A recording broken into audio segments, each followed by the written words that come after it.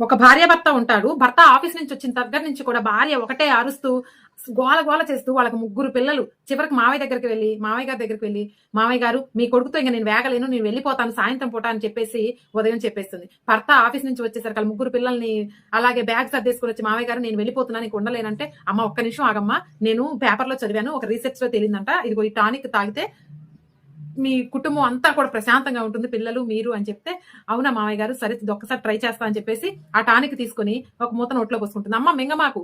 సరే ఉయ్యాలా మావయ్య గారు అనంటే, ఉయ్యకూడదు, మింగకూడదు. ఉదయం 5 గంటలకి, సాయంత్రం 5 గంటలకి వేసుకోవాలి.